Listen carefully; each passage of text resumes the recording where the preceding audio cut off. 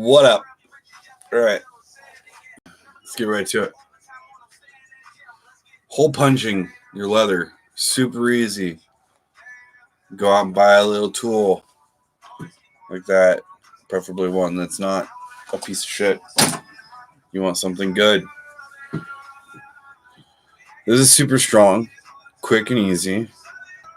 It's only 3-hole though. 3-hole works for me. I wish I had a bigger one. They're not cheap to buy, but keep them clean and you can wax them. I always had some some beeswax. You can see where I punch it. Stuff I use. So this is more what I use when I'm rocking the corners of stuff. But I do use this stuff. You see all the holes and stuff. But I just kind of shove it in there. Kind of work it around. It doesn't really help a whole lot for a long time. So if you're super picky, you see all the little holes in there.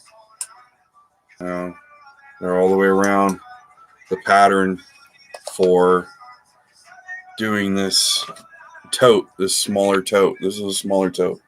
Doesn't have to be perfect. I mean, you can see that the seams aren't perfect. They don't.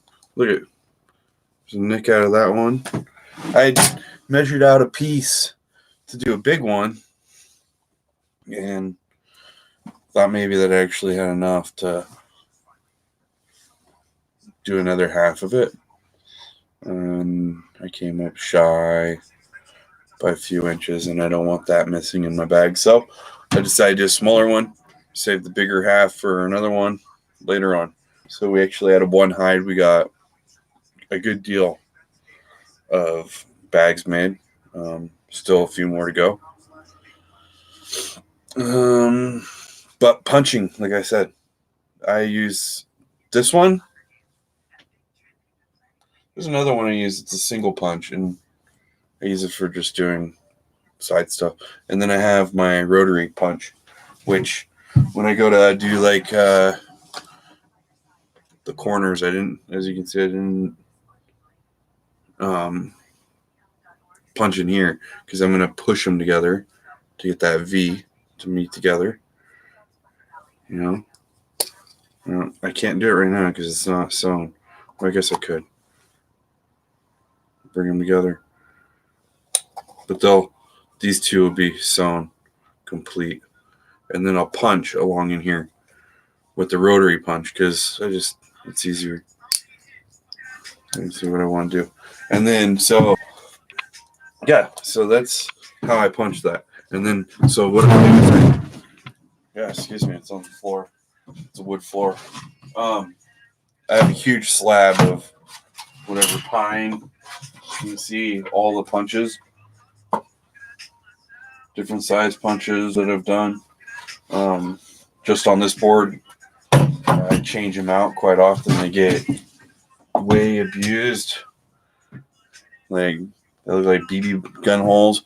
Now, when you're trying to punch on this, you walk off your punch line when you hammer. So don't waste your energy.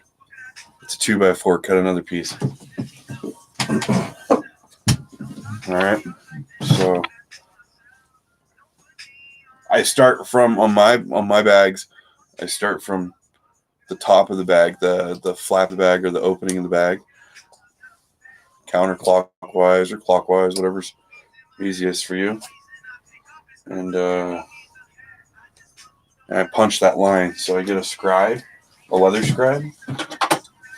Now leather scribe it really quick. Set it up with the size that I want. You loosen it and set it out. It just makes a nice little rough line, and then I take my yellow chalk. This stuff's really awesome. Yellow chalk, not white chalk. I have problems with white chalk, especially cheap chalk. So yeah.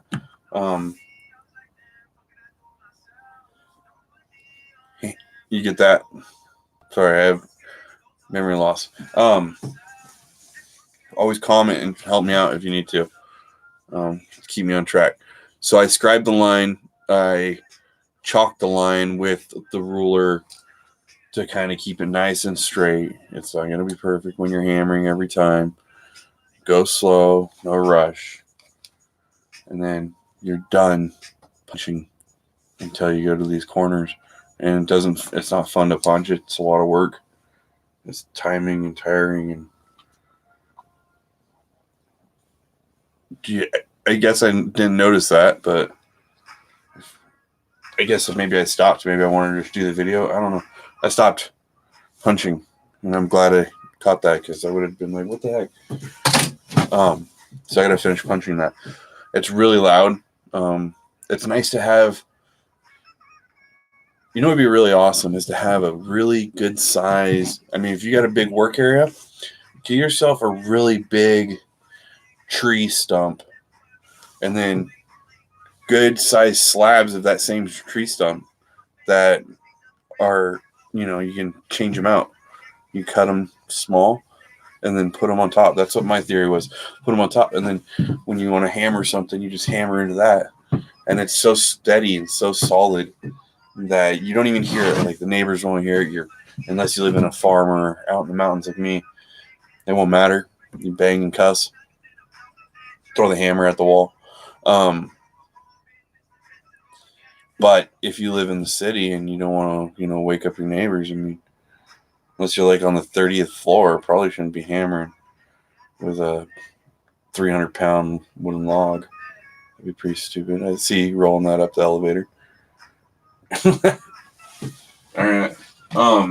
So yeah, this will be your top of your bag. It's gonna fold out. Measurements. I mean, it's super easy. You know, you can see it. Is that like an inch? Inch.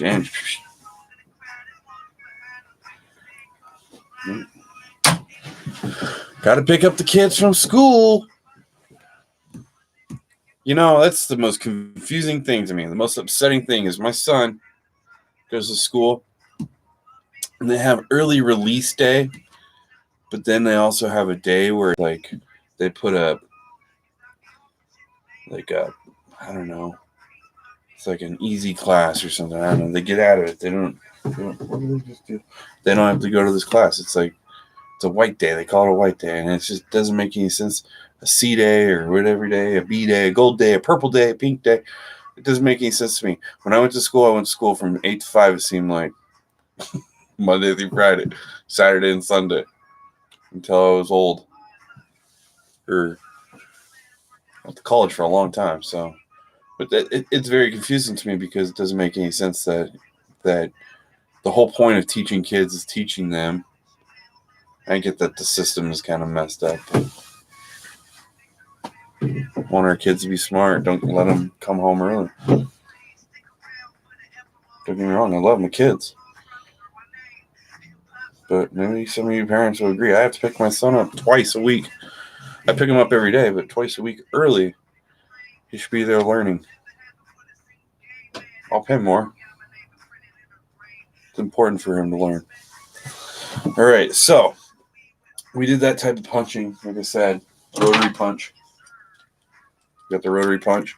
We'll rotary punch those corners later. I'll pull up another video for you. All right. I want to pick up more leather, so I need people to go and buy more. All right. Subscribe, like, love. Peace. Gotta go.